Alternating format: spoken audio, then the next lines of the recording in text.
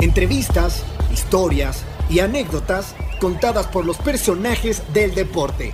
Aquí inicia Parlante Deportivo.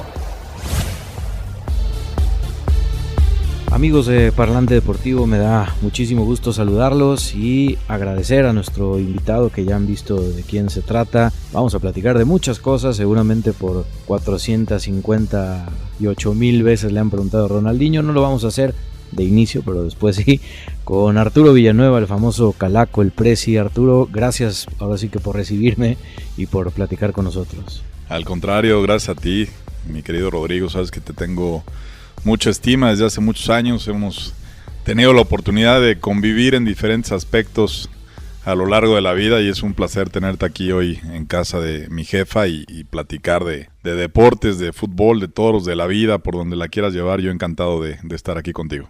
¿Cuántas veces, Arturo, te han preguntado lo de Ronaldinho? Demasiadas, sí.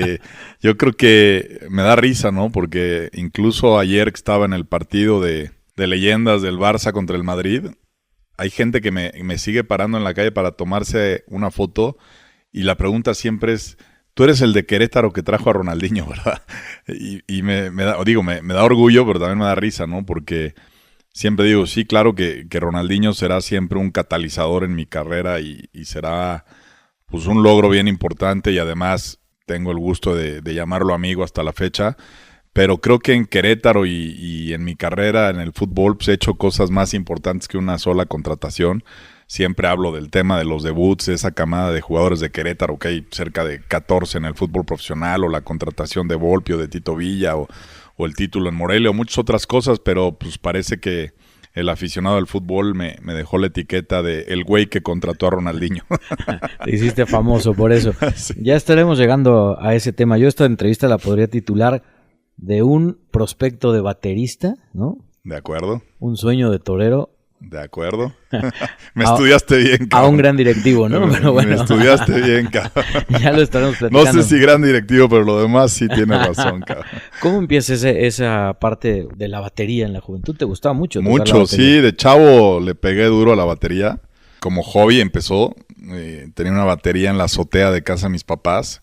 Y ahí poco a poco le empecé a dar y empecé a conocer gente en la prepa que, sin ser amigos ni mucho menos, les gustaba la música. Y formamos un grupo que se llamaba Euforia, cuates, la verdad, pues prácticamente desconocidos.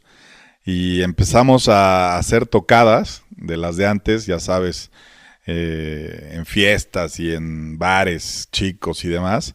Y después tuvimos la oportunidad de tocar en el Antro y en Rocotitlán y en algunos otros bares. Incluso ganamos por ahí un concurso y grabamos un demo en Televisa Chapultepec de 3 canciones. Y fue el principio del fin de mi carrera de baterista, porque de algo increíble, que era pues grabar un demo en Televisa en un estudio profesional, resultó que ahí algún productor nos invitó a intentar hacer un proyecto musical ya más profesional. Pues nos insistía, ¿no? Esto de dejar la escuela y dedicarnos al full en el tema musical. Y me acuerdo muy bien el vocalista, que era Manuel Velarde, quien también ha estado muy metido en temas del fútbol, primero como representante y luego como uno de los propietarios del Querétaro, también en Cancún, y ha estado muy cercano al fútbol, igual que su padre, que fue directivo. Él y yo dijimos, no, pues no, esto no va por ahí, lo nuestro es un hobby, lo nuestro es simplemente echar desmadre con los cuates y pasarla bien, no nos interesa hacer un proyecto profesional. Y ahí el guitarrista y el bajista, que sí aspiraban a ser músicos, pues se enojaron con nosotros, hubo una bronca interna en la banda y fue el último día que toqué la batería. Ya después de eso creo que solamente en una boda me subí a echar un palomazo y en casa de Hussein Forzán en un cumpleaños otra vez, pero sí he tocado la batería 2 o 3 veces en los últimos 15 años, son muchas. Y desde niño tenías esa parte de la batería, la música, pero el fútbol, ¿no? El fútbol siempre estuvo... Sí, el fútbol me ha acompañado acompañado toda la vida. Yo creo que, como dicen, ¿no? Los papás, crecí con una pelota, dormía abrazado a una pelota, despertaba con una pelota, me salía todo el día a pegarle al portón de la privada donde vivíamos, salíamos a jugar cáscaras a la calle, a los camellones, en todos lados. Y sí, fue algo que me ha acompañado. Yo creo que ir de la mano de mi papá en el Mundial del 86 al Estadio Azteca y ver a Maradona marcó mi vida. Ahí fue cuando Cuando me enamoré del fútbol perdidamente, nunca pensé en dedicarme al fútbol, eso es real. Sí jugué en el CECAP y en algunas ligas bastante formales, pero nunca con la intención de ser jugador profesional de fútbol. Tampoco me lo inculcaron en casa, así que me fui por el lado de la abogacía y me puse a estudiar. Y ya después la vida me fue llevando de regreso a la pelota.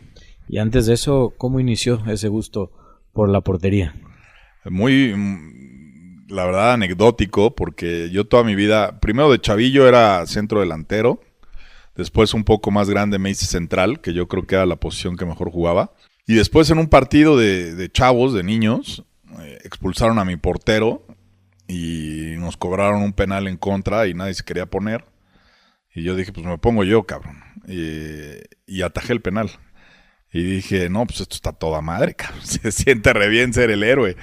Y de ahí me empecé a poner los guantes y me acabé haciendo portero. Y nunca más volví a jugar en la cancha, ni en cáscaras, ni en nada. Toda mi vida, a partir de ahí se la dediqué a la portería y hasta la fecha, cuando me llego a echar una cáscara, es en el arco. Y tenías ese sueño de ser profesional, ¿no? Sí, no, la verdad es que no, nunca pensé, como te decía, nunca tuve el sueño de ser profesional, nunca lo vi real. Hasta que un día fuimos a un partido con unos amigos a enfrentar a un equipo de fuerzas básicas del Necaxa y ahí me invitan a entrenar con el Necaxa y estuve pues 2 años y medio, 3 años y medio en Necaxa y fue una parte bien padre de mi vida, ¿no? Porque yo los primeros días que me invitaron, yo fui con la idea de ir 2 días, ver lo que era un entreno profesional, pedir un par de autógrafos y hasta ahí, ¿no? Y esos 2 días se convirtieron en una semana y esa semana se convirtió en un mes y ese mes se convirtió en 2 años. Hasta que, pues por fin, después de 2 años de estar ahí, tenía la oportunidad de firmar un contrato ya profesional y mi papá no quiso que yo jugara al fútbol profesional. Tuvimos ahí algunas diferencias fuertes. Incluso nos dejamos de hablar cerca de 6 años a partir de ese momento. Incluso llegué a hacerme un lado del fútbol. Ahí dejé de jugar como 1 año. Estaba enojado con la pelota, no entendía nada. Típico chavo rebelde, enojado con el papá, con el fútbol, con la vida, con el mundo. Y me volví a olvidar del fútbol. Terminé mi carrera de abogado. Trabajaba yo en un despacho, luego en una empresa, luego de director jurídico de una marca deportiva, de Puma. Y ahí la vida me regresó al fútbol profesional de manera también no esperada, pero con la cual estoy sumamente agradecido. ¿Te arrepientes de no haber sido futbolista profesional? Sí, fíjate que es una pregunta dura, difícil, que pocas veces me han hecho. Sí es un gusano que por lo menos me hubiera gustado que yo hubiera tomado la decisión o que la pelota hubiera tomado la decisión, ¿no? Los entrenadores, la gente que decide. Pero al haber sido una decisión extracancha, pues siempre me quedó como la espina de qué hubiera pasado, ¿no? Pero fíjate, te cuento que te decía que me peleé muy fuerte con mi papá. Ya después de algunos años hicimos las paces cuando nació mi hija. Y después, adelantándome un poco a lo que viene seguramente en la entrevista, cuando llego yo de directivo en el fútbol profesional, me acuerdo muy bien que mi mejor amigo me acompañó a mi debut de presidente en Jaguares de Chiapas. Y en el hotel, en un Jaguares Morelia, jugando en Morelia, yo escribí una carta en la que le decía a mi papá, tú tienes razón, mi vida no era de jugador, pero yo tenía razón, mi vida estaba en el fútbol. Esa carta la llevé a la cripta de mi papá y creo que ahí hice las paces con la idea de haber sido jugador. Y creo que al final del camino mi papá tenía razón y creo que hice una mejor carrera o estoy haciendo, espero seguir dentro del fútbol, estoy haciendo una mejor carrera de directivo de lo que probablemente hubiera sido de portero. Y hay mucho que agradecerle a Lice, ¿no? A tu papá. Lice, claro, sí, la verdad siempre, que es raro, ¿no? Porque cuando eres chavo y tienes tantas diferencias de ideas, de formas de ver la vida, pues nuestros jefes eran más cuadrados que nosotros, como que te enfrentas mucho, ¿no? Y chocas mucho y hoy conforme pasan los años y te vas haciendo grande y eres papá, te das cuenta de la razón que tenía y los motivos que tenía para tomar ciertas decisiones, ¿no? El ejemplo que siempre doy es, mi hija hoy está estudiando para ser actriz. Seguramente si yo no hubiera vivido eso con mi papá, yo le hubiera dicho que ni de broma iba a ser actriz. Entonces, eso es algo que le agradezco todos los días a mi papá, que hoy yo pueda, a partir de mi experiencia, poder apoyar a mi hija en el sueño que ella tiene, porque al final es su vida y ella tomará sus decisiones.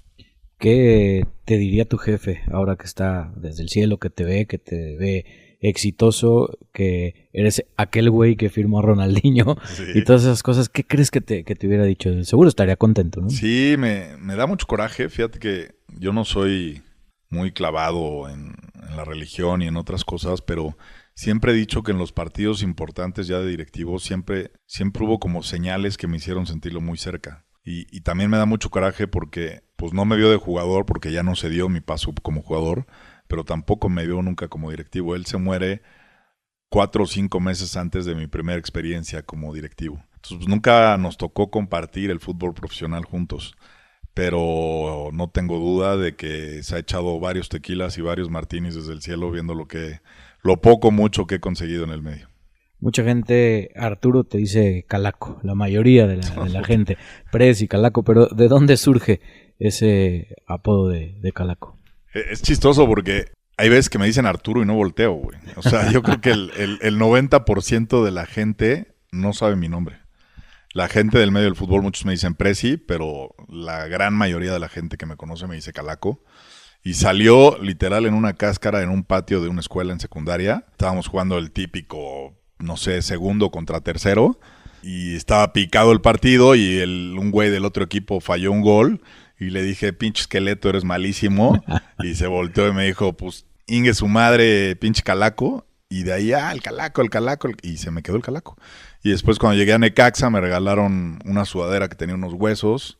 Y pues ya después yo me mandé a hacer unos guantes que tenían unos huesos en la palma, en la parte de arriba de la mano.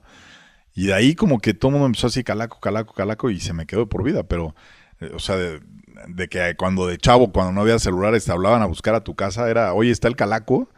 Y también muy, muy cagado porque muchas veces tenía un tono de voz muy parecido a mi papá. Y muchas veces nos confundían. Entonces, mi papá se llevó varias mentadas de madre pensando que era yo, mis cuates. Y ya les decía, ahorita te paso al Calaco, cabrón, soy su papá. Entonces, sí, se me quedó para siempre ese apodo. Y yo creo que, pues me gusta. La verdad lo aprendí a disfrutar y a ser parte de mí. Y es parte de mi personalidad y de quién soy. Abogacía, estabas estudiando, lo terminaste, trabajaste, ejerciste un poco en eso y también por ahí coincidimos, ahí tuve el gusto de conocerte, estudiando disque para cronistas deportivos los dos, ¿no? Y en aquí la estamos. Raúl del Campo. Ándale. Ahí te conocí, efectivamente, te digo que llevan muchos años. Siempre fue una espina, después de que hice las paces con mi papá trabajó muchos años como asesor de Televisa Deportes. Yo le dije, bueno, ya no me diste chance de ser jugador, pues ayúdame a ser cronista deportivo, ¿no? Y tampoco le gustaba, me dijo, tú tienes una carrera seria, cabrón, te va bien, has agarrado buenas chambas, dale por ahí. Y yo, pues también como hobby, me metí a estudiar a la Raúl del Campo. Y lo que es la vida, ¿no? Después de muchos años que pensé que nunca iba a estar frente a un micrófono, o a una pantalla, a una cámara, después de mi paso por el Querétaro como presidente, TUDN me invita a formar parte de su equipo, ¿no? En el Mundial de Rusia. Y estuve cerca de 3 años en televisión, además hice radio con don Raúl Orbañanos, al cual quiero mucho, y hoy es su cumpleaños, y me encantó, güey. O sea, son de esas veces que dije, puta, y si le hubiera dado toda mi vida por la tele, a lo mejor hubiera sido ese el camino, ¿no? Pero la realidad es que en el fútbol, una vez que entras a un vestidor, siempre se lo digo a mis amigos, cuando hueles a lo que huele el vestidor antes de un partido, la adrenalina, la solidaridad, el compadrazgo que hay dentro de un vestidor, siempre les digo, no es un bicho que cuando te pica ya no te suelta. Los que hemos tenido la fortuna de vivir en algún momento esa etapa, ya sea como jugador o directivo o utilero, masajista o todos los que han estado en un vestidor profesional, es algo que nunca quieres dejar una vez que lo vives. Muchos te conocen, te dicen, ¿no? Acerca de lo de Querétaro. Pero antes, pues, hubo Jaguares de Chiapas, Atlas, hubo proyectos, incluso haces, vamos a decir, la marca, aunque no nos patrocine Puma, ese famoso uniforme, ¿no? Pumas con Puma, ¿no? Ese fue un golazo. Cuando yo llego a Puma, que fue como el inicio de mi regreso al fútbol, yo siendo abogado, el director de Puma México, que trabajaba conmigo antes en la empresa que yo chambeaba, que era de restaurantes y marca de ropa, me invita a ser director jurídico de Puma. Y yo, en la empresa anterior, muy chistoso porque el dueño de esa empresa era un inglés, dueño de un equipo de la Premier League.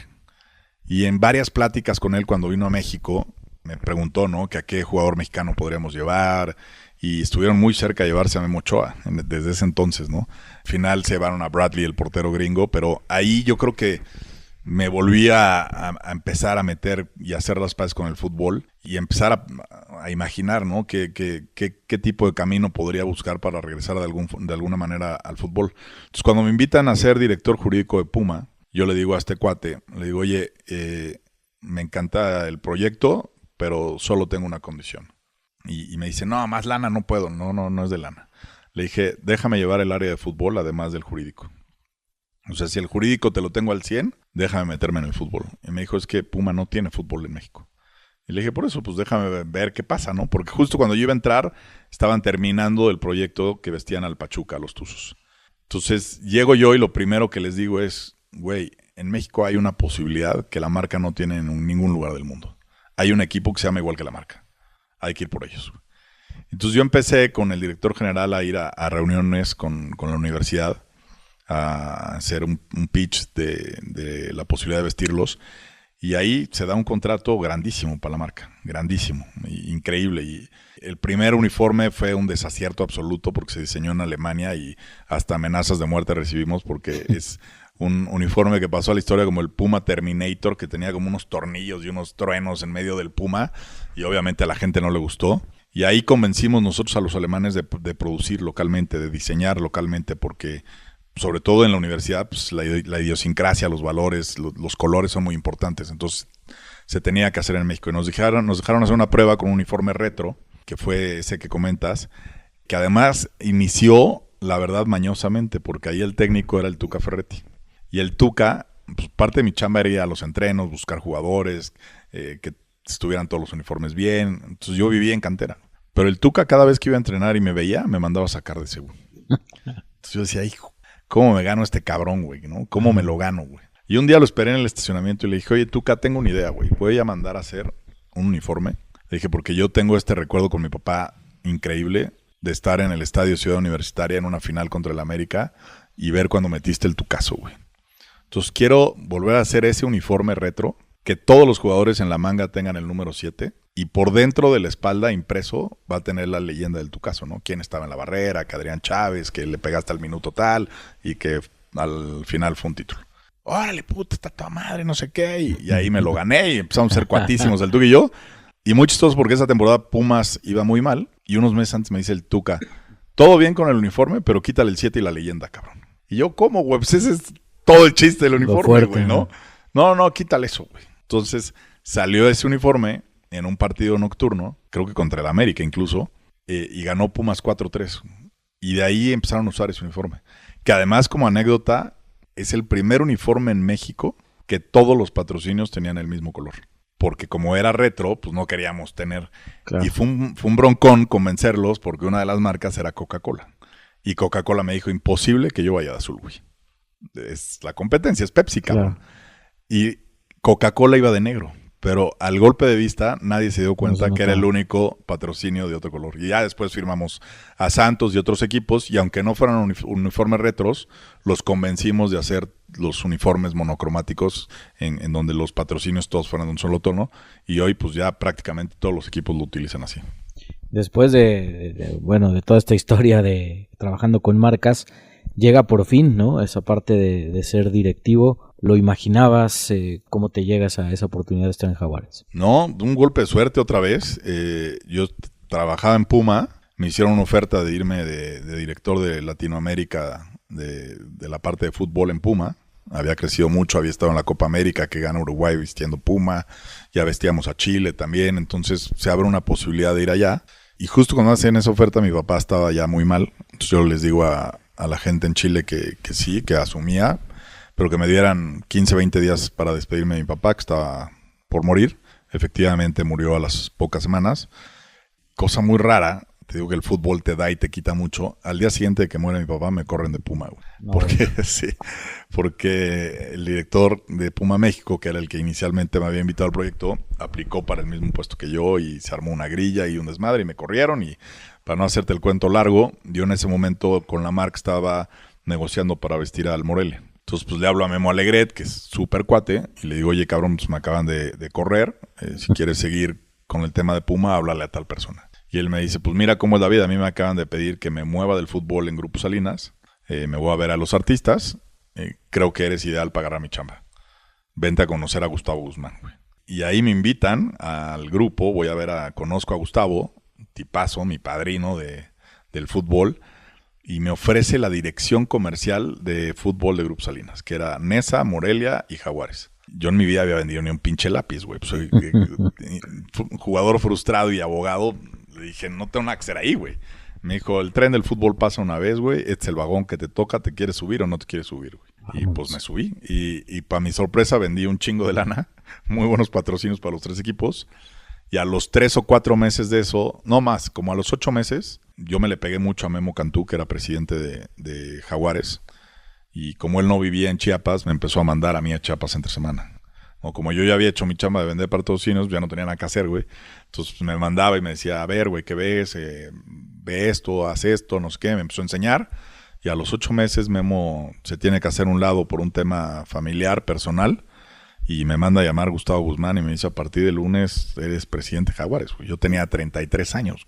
O sea, casi me desmayo, güey. Me dio un panic attack ahí, pero pues le entré. Y eso sucedió hace, me parece, 15 años y pues aquí sigo en el medio, cabrón. Qué bárbaro, o sea, la suerte, ¿no? La suerte sí. te ha llevado por ahí. Después, bueno, ya vamos a llegar a la parte que todos quieren saber, que ya se la saben, lo de Querétaro. Pero por ahí investigué, mi querido Arturo, te has perdido más mundiales que nadie, ¿no? Por situaciones del fútbol. Puta, güey, estoy salado con los mundiales. Desde el 86 no había podido ir nunca a un partido mundial. Estando a nada, pero siempre o estaba en un trabajo nuevo o pasaba algo o nunca he tenido la posibilidad de ir. Y muy chistoso porque después de Jaguares voy a chambear un año a Atlas, salgo de Atlas y justo era el Mundial de Brasil y dije a toda madre, ¿no? Me liquidaron bien, tal, me voy a ir un mes a ver fútbol a Brasil, a olvidarme de chambear, estaba soltero, dije, y compré un paquete de un mes. Y 3 o 4 días antes de irme a Brasil me hablan de Grupo Imagen para entrevistarme para el proyecto de Querétaro, güey. Y lo he platicado algunas veces, ¿no? Que me hicieron 3 entrevistas y las 3 fueron los días de los 3 partidos de México 1 hora después. Entonces yo creo que fue como una especie de prueba de compromiso y pues me terminé perdiendo el Mundial una vez más. Y ahora sí que por ardido, cuando ya firmé la chamba y me dijeron el día que me presentaban, compré un charter y fui 30 horas a Brasil a ver el México-Holanda, no era penal, güey. No, en el peor vuelo de mi vida, con escala en Surinam, un desastre de avión. Pero bueno, ya por lo menos tuve la oportunidad de ver un partido mundial en vivo. O sea que era Brasil 2014 o 2014, la chamba, ¿no? Exactamente. O jugar, o irte al mundial o tener chamba. O tener chamba. Y me la jugué y salió bien, afortunadamente. La mejor chamba de mi vida. Y después, exactamente, llega esa etapa de tu vida. Y pues, como lo decíamos al inicio de esta plática, algo que nunca te han preguntado. ¿Cómo vas a buscar a Ronaldinho? Es una joya esa anécdota, esa historia. Sí, la verdad, como te dije al principio, yo creo que pues es una etiqueta que difícilmente me voy a quitar. Me voy a quitar. Digo, ahora que afortunadamente en el fútbol están llegando en México grandes estrellas, como las que hay ahora, en Monterrey sobre todo, y muchas, ¿no? Que han pasado por el América y algunos otros equipos. Pero sí, pues hay muchos que dicen que es la contratación más importante de la historia del fútbol mexicano, ¿no? No sé, eso lo dejo a la gente, que cada quien opine lo que quiera. Pero sí, creo que es un nombre muy importante en la historia del fútbol. En mi gusto personal, un top 5 de la historia del fútbol. Y pues también fue un golpe de suerte. Habíamos hecho una lista con la gente que trabajaba en Grupo Imagen, mis jefes. Y parte del proyecto que yo presenté a Grupo Imagen era ir metiéndonos al fútbol, que el grupo se viera fuerte, se viera sólido. Y dentro de la estrategia era traer un jugador franquicia, ¿no? Como hacen los gringos, que todo mundo volteara a ver y dijera, ay cabrón, estos vienen en serio. Hicimos una lista de 5 jugadores, en donde evidentemente no estaba Ronaldinho, porque pensábamos inalcanzable. Y cuando estábamos empezando a tantear esos jugadores, Ronaldinho gana la Libertadores en Brasil, y ahí se anuncia que se desliga por un problema con la directiva del equipo brasileño. Y pues ahí dijimos, ¿no? ¿Y si vamos por ese güey, qué? Y pues nos la jugamos, literal. Me dijeron, pues ve a ver, no os pierde nada. Conseguí una reunión con el hermano, que es su representante, con Roberto, con quien también tengo una grandísima relación de amistad. Lo fui a ver a Porto Alegre. Nos pusimos una borrachera impresionante a base de caipiriñas, güey. Ah. Al día siguiente fui a comer a su casa, ahí me llama le llama a su hermano Ronaldinho y Roberto le dice, está el pinche loco mexicano que dice que quiere que juegues en México. Me lo pasa por teléfono y me dice, pues, ¿por qué no te vienes a platicar a Río? Mañana hay una fiesta en casa. Nos vamos a Río al día siguiente. Y ahí, literal, en la alberca de su casa, platicando de fútbol, de Rafa Márquez, de Danieliño, que jugaba en Querétaro y se conocían ellos de niños, de lo que significa para los mexicanos el fútbol brasileño, lo que vivieron en el 70 y demás. Y ahí, en una plática larga, pero de cuates, se da esta posibilidad y al día siguiente estábamos volando a México. Y al día siguiente, allí en un salón privado de un restaurante del Camino Real, empezamos a las 3 de la mañana y firmamos el contrato a las 6 de la mañana. Qué cosas, ¿no? Del fútbol, me imagino, obviamente como amante del fútbol que eres, lo veías jugar, todos nos deleitamos con la manera de jugar de Ronaldinho. ¿Quién iba a pensar que ese calaco que veía jugar a Ronaldinho algún día iba a estar en una fiesta de aquellas de Ronaldinho y aparte negociando o platicando con él, convenciéndolo de venir a México, ¿no? Sí, fue una locura, ¿no? Porque además cuando yo me fui a Brasil, ni mi mamá sabía a qué iba. O sea, literal lo sabía Mario Pintos, Ernesto Rivera y Olegario Vázquez Aldir. Nadie más, ni mi director deportivo sabía. O sea, fue una sorpresa para todos. Porque ese tipo de operaciones tan grandes, si se empieza a filtrar, nunca suceden, güey. Entonces lo tuvimos en total secrecía hasta que se firmó. De hecho, ya cuando estaba en México, que él vino a un evento de Telmex, el día que lo negociamos, cuando ya lo vieron en México empezaron a decir que se iba a León porque era cuando el grupo de esa Telefónica tenía intereses en el León o que se venía a la América y al día siguiente que lanzamos la rueda de prensa con Olegario, nadie lo podía creer. O sea, a mí me hablaban los jugadores de Querétaro a decir, oye, esto no es cierto, ¿verdad? No va a venir mañana este güey aquí a vestirse al lado de mí. Y yo, pues sí, cabrón, así que háganle campo porque ahí viene el cabrón, ¿no? Y sí, fue una locura y verlo entrenar y verlo jugar y tenerlo un año y te digo, hasta el día de hoy tener una relación estrecha de amistad con él y hemos hecho varios viajes juntos, la verdad es de mucho orgullo. ¿Cómo fue la estadía de Ronaldinho en Querétaro? La manera de transportarse, el convivir con sus compañeros, todo eso. Él es muy independiente, o sea, hubo muchos rumores que si el club le puso casa, que si la cancha del voleibol y que si... No, él tenía un contrato igual que el resto de los jugadores. Él se buscó su casa, él tenía su coche, o sea, no había nada que el club le diera extra que al resto de los jugadores, ¿no? Porque cuando fue esa plática en la alberca de su casa, cuando lo convenzo, lo único que yo le dije es las únicas dos condiciones es nunca por encima de tus compañeros y nunca por arriba de la institución. De tus fiestas y de lo demás me encargo yo, cabrón. y así fue, la verdad, siempre fue un tipo respetuoso. No te voy a decir que el más disciplinado, todos como conocemos sus historias. Sí le gusta la fiesta, sí tuvo algunas diferencias con el cuerpo técnico, lo que sucedió en Pachuca, ¿no? Que se va medio partido. Sí fue, digamos, como una montaña rusa, ¿no? Pero el Capi Beltrán, que era ahí el director deportivo, y yo siempre decimos que en ese año hicimos un doctorado de manejo de un equipo de fútbol. O sea, con todos los chavos que traíamos, jugadores importantes, y además manejar una estrella mundial como Rona, te cambia la forma de operar un club, ¿no? Desde que tuvimos que construir una sala de prensa que no había, tuvimos que construir vestidores que no había, o sea, el club cambió al 100% a partir de un solo jugador, ¿no? Que es lo que a veces la gente no ve. Y yo siempre discutía, ¿no? Me daba mucho coraje que toda la prensa en México estaba esperando a ver cuándo lo agarraba en una foto con una cerveza y nunca se dieron cuenta que era el líder de asistencias de la liga, que un penal suyo al minuto 90 nos mete a la liguilla, que un gol suyo en Veracruz nos mete a semifinales. O sea, prefirieron la nota roja que apreciar un jugador de esa talla mundial de fútbol y lo que estaba haciendo con la pelota, ¿no? Pudo haber jugado más minutos, yo creo que sí, pero te digo, tenía diferencias con el cuerpo técnico. Pero pues yo creo que el partido ese del 4-0 contra el América queda en la memoria de todos. Y jugó 9 minutos. Es lo que te iba a decir, ese juego contra el América no se te va a olvidar en tu vida, ¿no? No, nunca en mi vida. No, fue una locura total, ¿no? Verlo llorar en los vestidores, que todo el Estadio Azteca se rindiera ante él, le aplaudiera, lo ovacionara, la porra rival. Lo decía él, ¿no? Solo lo he vivido en el Bernabéu y aquí en el Azteca. Y fue una locura, sobre todo el segundo gol que es de un jugador de clase mundial, ¿no? El gesto técnico que tiene en vez de tirar la pelota fuerte, de únicamente cachetearla al primer poste y Hugo González prácticamente arrastrándose a tratar de sacar la pelota, es un gol de una figura mundial, ¿no?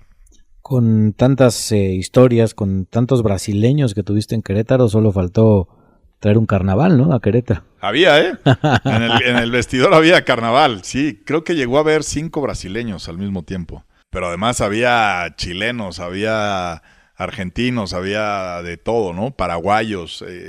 Se hizo una mezcla bien bonita y sobre todo, lo que siempre digo, empezaba esa camada, ¿no? De Orbelín, de Romo, de Marcel, de Irizar, de Jordi Cortizo, de jugadores que hoy son estrellas y que estos jugadores de prestigio los fueron llevando y los fueron metiendo al grupo y el cuerpo técnico encabezado por Bussel les empezó a dar minutos y creo que se hizo un equilibrio bien bonito que pues nos permitió ser durante 2 años prácticamente un equipo que aspiraba a cosas importantes, ¿no? Pues tuvimos la final de liga, fuimos campeones de la Copa, la Supercopa que le ganamos al América, campeones de la 20, campeones de la segunda, de ahí salen técnicos como Jimmy Lozano, como Arturo Ortega, que tuvo un paso por Chivas ahora, el Piti Altamirano, muchos, no solo fue escuela de jugadores, sino también de técnicos que hoy afortunadamente siguen en el fútbol profesional. Hablando de esos brasileños que ya mencionábamos,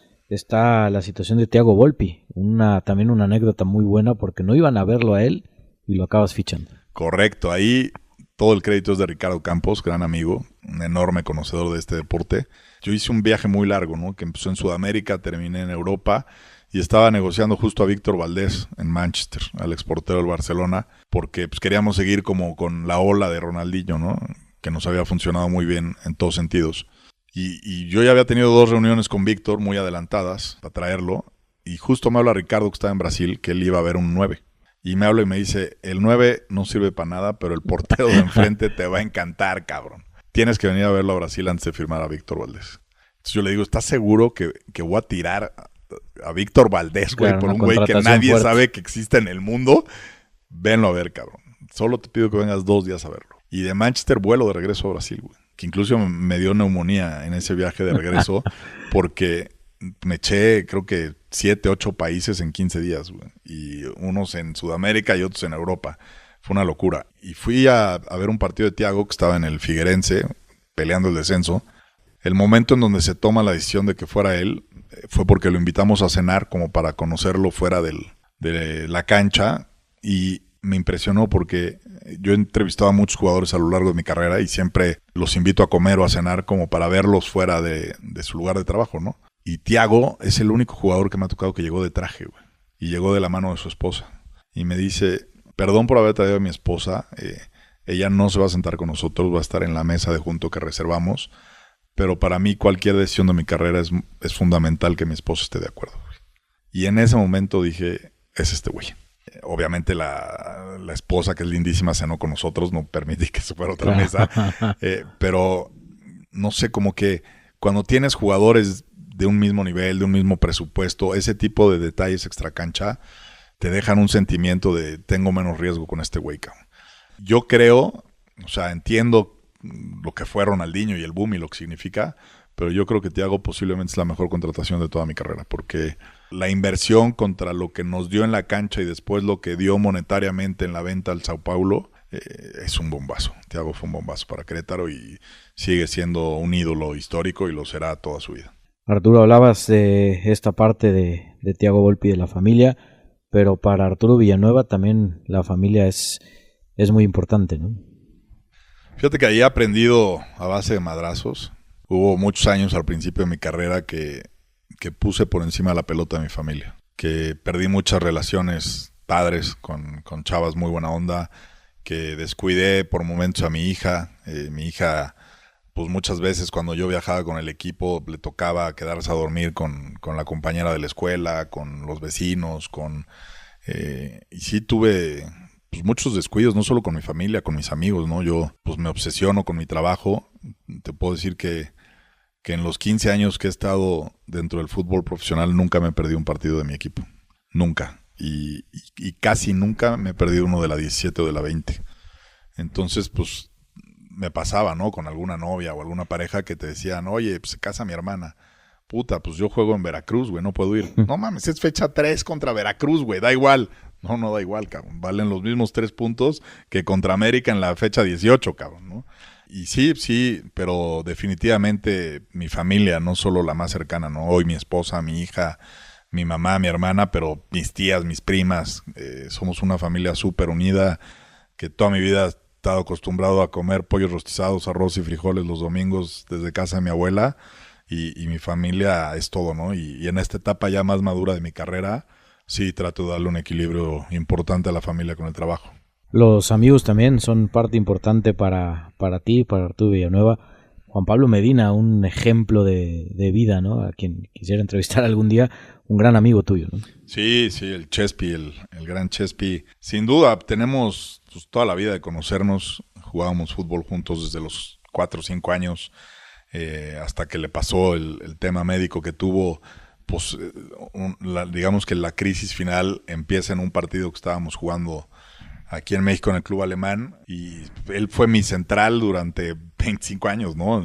Ya después de la época del Necaxa nos fuimos a jugar a este equipo en el Club Alemán y jugamos juntos en ese equipo pues, 20 años, ¿no?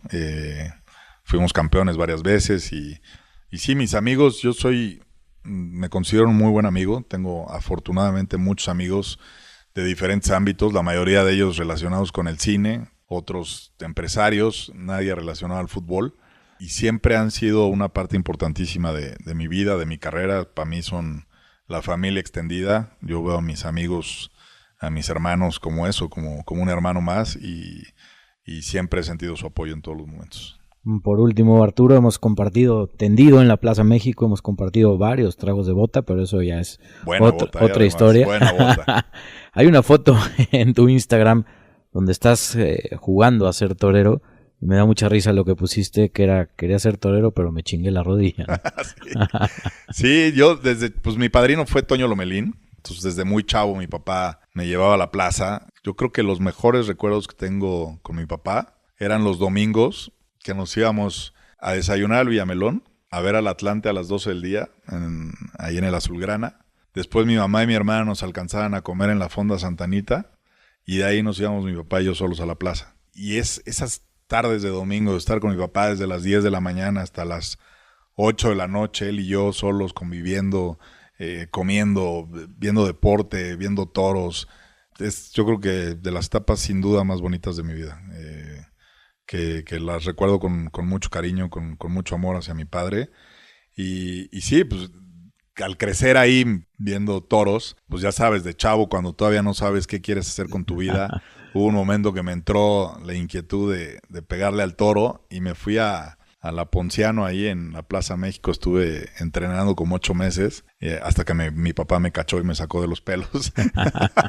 Pero sí, tuve por ahí, y la foto esa que dices, pues muy chiquito, ¿no? Creo que con un teléfono en la mano y una montera, por ahí un capote o alguna muleta, y sí, siempre ligado al toro, y pues desafortunadamente parece que está en vías de extinción el toro, pero sí, siempre viví etapas muy bonitas. Incluso después de ser presidente tengo una anécdota buenísima con mi compadre Silvetti. Justo cuando fuimos campeones de Copa contra Chivas, 1 o 2 días después él torea en Juriquilla, y el Pollo Torreslanda, que en paz descanse, a todos los toros les puso nombre relacionados con el campeonato, ¿no? El gallo, el campeón, relacionados con el equipo, ¿no? Y lo que había sucedido en Querétaro. Justo antes yo estaba en el patio de cuadrillas, donde está la capilla, y me acerco a saludar a Diego Silvetti, y un fotógrafo nos dice, oiga, Presi, ¿le puedo tomar una foto con el matador? Y se voltea a Diego muy extrañado y me dice, ¿por qué te dicen Presi, cabrón? Le digo, pues soy el presidente de Gallos de Querétaro. Ah, pues chinga tu madre, me dice, güey, soy súper chiva, Chivas, claro. y ya ahí empezamos a platicar, a cotorrear, y le digo, güey, significa mucho para mí estar hoy aquí en tu corrida, porque los mejores recuerdos con mi papá son viendo a tu papá en la Plaza México, en aquellas tardes inolvidables con Jorge Gutiérrez y David Silvetti y Armillita y toda esa bola de figurones que había en ese entonces. Y ahí construimos una relación, y sale, y el segundo toro de la tarde se va a hacer. Yo estaba en el palco de los empresarios, de los dueños de la plaza de los Torreslanda, y se viene acercando hacia el palco Y le digo a mi cuate, al Pollito, le digo, puta, qué chingón, le va a brindar el toro a tu papá, cabrón. Y se acerca Diego y me lo brinda a mí, cabrón, que es el único toro que me han brindado. Y encima le corta 2 orejas, güey. Y a partir de ahí me hice muy cuate de Diego, es un tipazo. Después lo acompañé en Morelia, me brindó otro toro y también cortó 2 orejas. Entonces siempre decíamos, puta, y acababa de ser campeón con Morelia. Entonces le decía, cabrón, ya pon corrida siempre que voy a jugar un partido importante porque yo gano y tú cortas, cabrón. Entonces no le muevas, güey. Y sí, un tipazo, Diego, sin duda. Un abrazo grande para el matador. Amigos, pues ya lo escucharon, la historia de Arturo Villanueva, el Calaco, el Prezi, como lo dijimos al inicio, de ser baterista con el sueño de ser torero, y aunque no lo creas, Arturo, un excelente pues directivo. Muchísimas gracias por recibirme y por esta plática que pues creo que los dos hemos disfrutado mucho. Sin duda, mi querido Roy, ya sabes que la vida nos ha llevado a ser buenos amigos desde hace muchos años y espero que no nos perdamos la pista y que por ahí nos podamos volver a echar una buena bota pronto. Pues de una vez ustedes se quedan con sed, amigos. Las palabras de Arturo Villanueva. Gracias, Arturo. Al contrario, gracias a ti y a todo tu auditorio. Esto fue Parlante Deportivo.